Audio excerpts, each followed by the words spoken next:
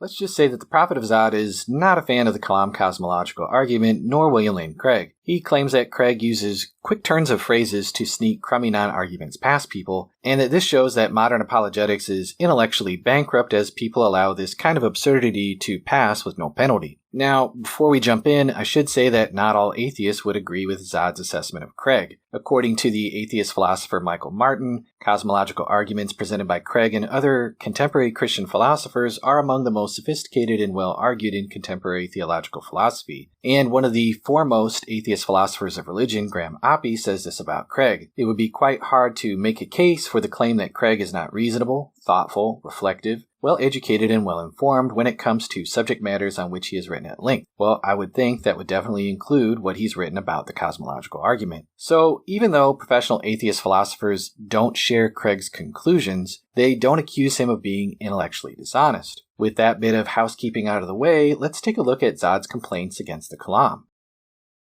But I'm not here to unpack the syllogism itself. It's already been addressed so exhaustively by so many other people that I don't see belaboring it right now. Instead, what I want to take a look at is Craig's attempt to actually, connect this argument to God. Because as many have already pointed out, this isn't an argument for God at all. Even if you grant its premises, all it leads you to is a spectacularly unimpressive conclusion that the universe has some cause to its existence. Which, good for you. You've narrowed the cause of the universe down to something. The only reason anybody hears this as an argument for God is that they showed up with him already in mind.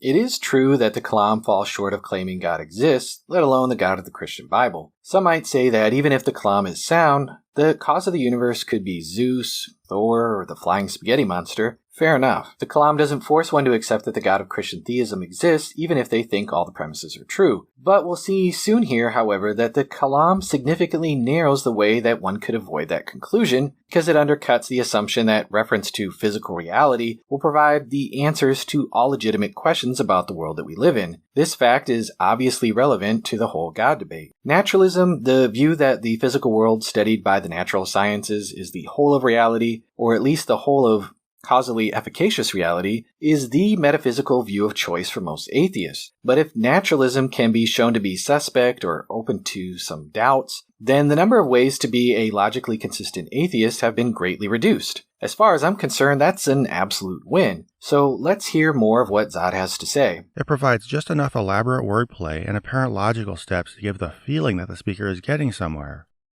And since God's the anticipated end of this journey, the audience mistakes all perceived progress as leading toward him, even if the apologist is only arguing toward a cause. So once he's gotten that far, the apologist really doesn't have to do much more than let the audience assume the cause is God. And any explicit argument for God that is made can be rushed through as if just explicitly summing up what's already been made obvious. That's why Craig is famous for this argument that doesn't even have anything to do with God, while the argument he uses to get from a cause to God languishes in relative obscurity. And this is a good thing for Craig, because the second one is nothing more than a moronically bald-faced non-sequitur that lacks even the Kalam's misleading appearance of logical coherence. Yet despite the fact that it's less known than the Kalam and feels almost like a 45-second throwaway footnote, it's actually the linchpin of Craig's entire argument. So it's worth attacking head-on instead of letting apologists slip it under the radar while pretending the Kalam is doing more than it is. I know that was a lot of preliminary context, but a huge part of understanding this argument is in seeing how and why it's deployed within the big picture. In its entirety, it goes like this. There must have been a cause which brought the universe into being. Now, as the cause of space and time, this being must be an uncaused, timeless, spaceless, immaterial being of unfathomable power. Moreover, it must be personal as well. Why? Because the cause must be beyond space and time. Therefore, it cannot be physical or material. Now, there are only two kinds of things that fit that description. Either an abstract object, like numbers, or else a personal mind. But abstract objects can't cause anything. Therefore, it follows that the cause of the universe is a transcendent, intelligent mind. Now, I've already played this in other videos, but I typically brush it off as evident nonsense. This is a fair thing to do, and I think we all intuitively get how dumb it is. However, he rushes us through so much verbiage that I thought it might be worth finally dissecting exactly what he's doing here. So let's start by breaking down his first contention. There must have been a cause which brought the universe into being. Now, as the cause of space and time, this being must be an uncaused, timeless, spaceless, immaterial being of unfathomable power. So after reiterating the Kalam's conclusion that the universe must have a cause, he very quickly gets down to the business of describing the attributes of this cause. He says that it must be uncaused, timeless, spaceless, immaterial, and possessing of unfathomable power. Notice also that he calls the cause a being, a word that connotes a conscious agent. I don't think this was an accident. This entire script is parsimonious and skillfully crafted, without a single wasted or even casually chosen word. And I have no doubt his selection of the word being here was used to build a suggestion of God into the very framing of the problem. If this were about serious open-ended inquiry, a better choice of word would be something like phenomena, which leaves you prepared to consider many more possibilities. This might sound like nitpicking, but swap these words back and forth in other questions, and it becomes clear what a big difference it makes.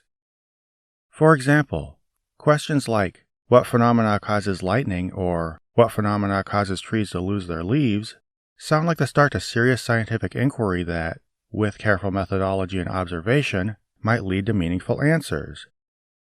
However, what being causes lightning, or what being causes trees to lose their leaves, is an entirely different kind of question that's almost certainly going to derail scientific inquiry from the start, regardless of whether the person is setting out with deliberate preconceptions. The same goes for what being caused the beginning of the universe, which is the implicit question Craig's trying to answer through deduction. Even setting aside whether Craig picked this word on purpose, though I'm pretty sure he did, its use corrupts even the modest progress that might be made trying to determine the cause of the universe through armchair reasoning. It helps the audience turn a blind eye to all the many other deeply unintuitive possibilities that might be evoked by the word phenomena. You know, stuff related to theoretical space-time or whatever that's way over my head. These are the kinds of much more scientific explanations that not only are clear possibilities in this case, but throughout history have always ended up being the answer to other things we didn't used to know. So I'd be really leery of using a word like being to frame an inquiry into the next thing we don't know.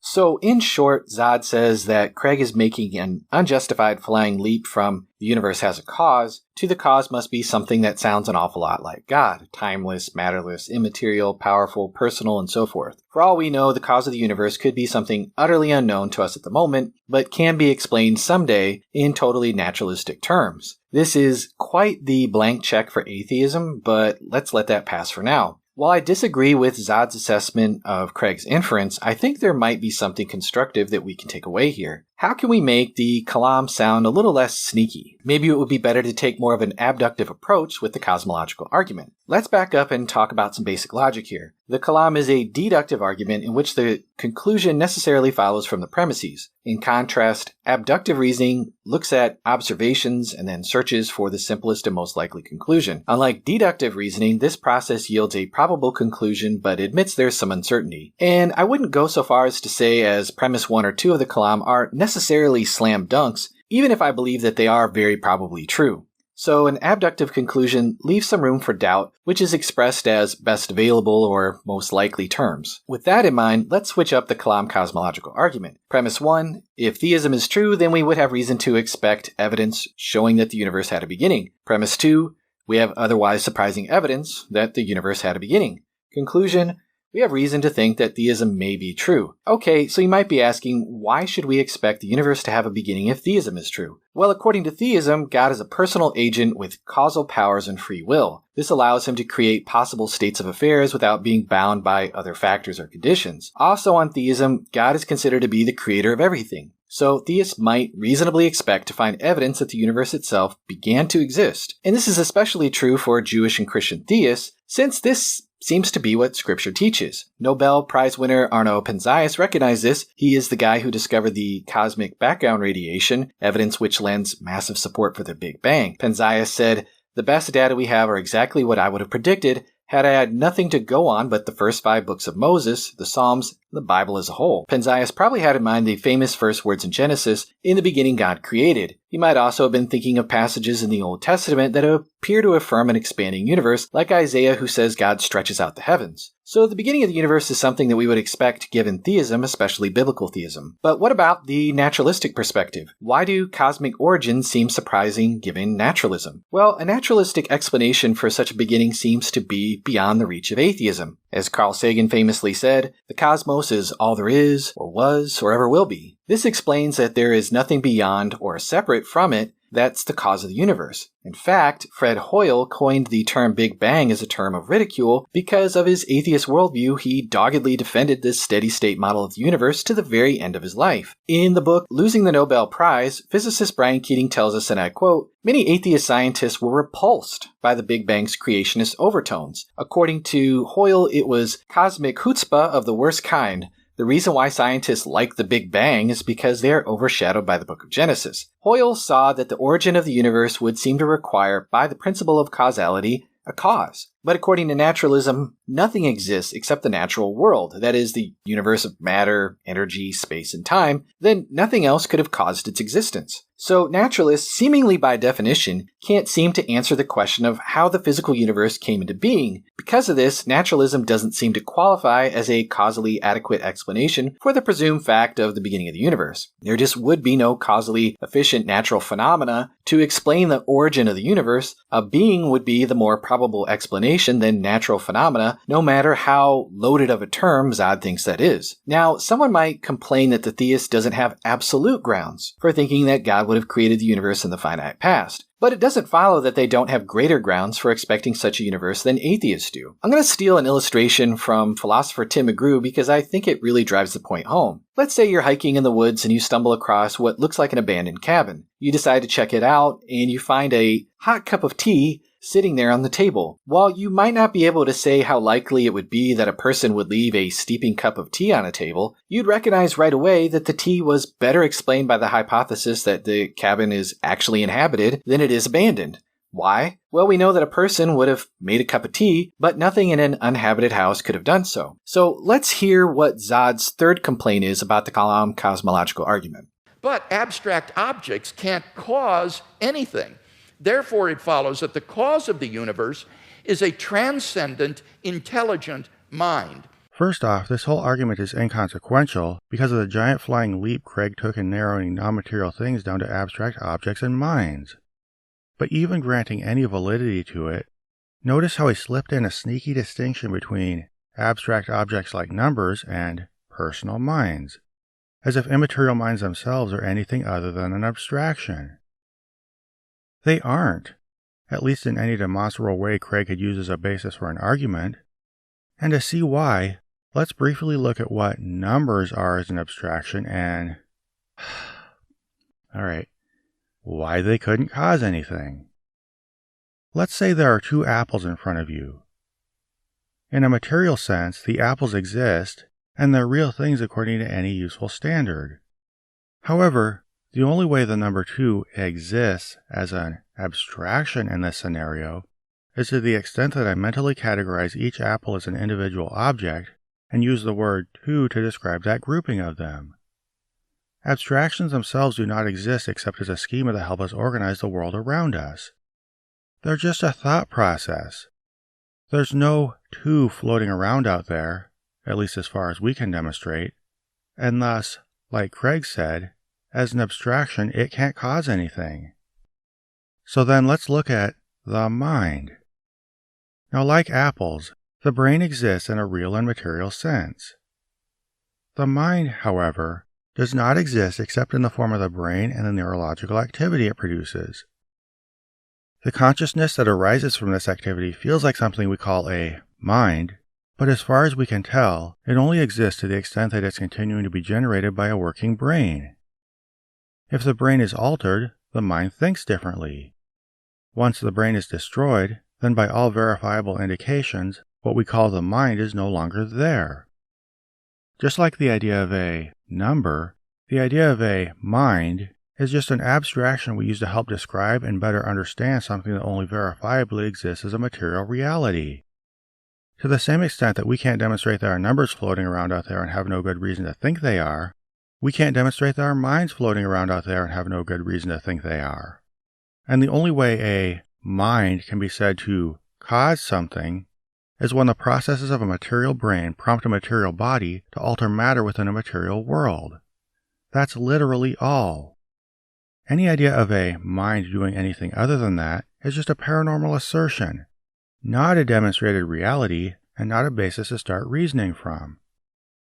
So Craig is really cutting corners when he distinguishes minds from abstractions, especially for the purpose of arguing that they float around in immaterial form, that they are the only things that float around in immaterial form, and thus that one of them must have created the universe.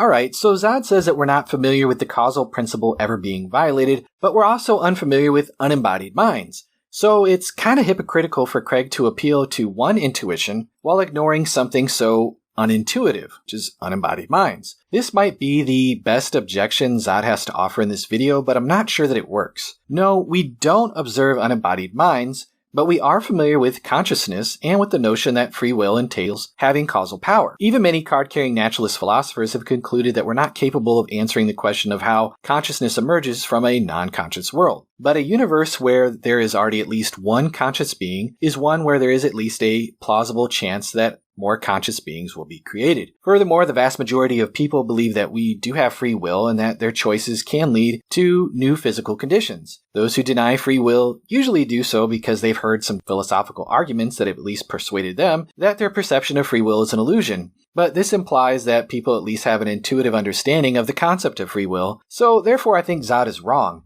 I'd say that the concept of a freely chosen decision doesn't represent some weird, ad hoc, or arbitrary idea being invoked here by the theist. Rather, it's one that we routinely use to explain other states of affairs. Positing the choice of a free agent, a mind, provides a better explanation than naturalism for the beginning of the universe. So, to conclude, I do think Zod has a point that the argument can at least sound a little bit slippery, and so I think personally the abductive approach might be a more helpful way to go with the argument. But I don't think Dr. Craig is trying to finesse his audience into thinking uncritically, and neither do many of Craig's most intelligent and thoughtful critics. Zod can do better than to take unhelpful jabs like this. Remarks like this do nothing other than help score points with some of his more prejudiced anti-theist fans who already assume apologists are dishonest and Christians are gullible rubes. At the end of the day, if the universe began to exist, it makes things at the very least a bit awkward for the atheist. The Kalam, taken together with other arguments for the existence of God, can provide a strong cumulative case for theism.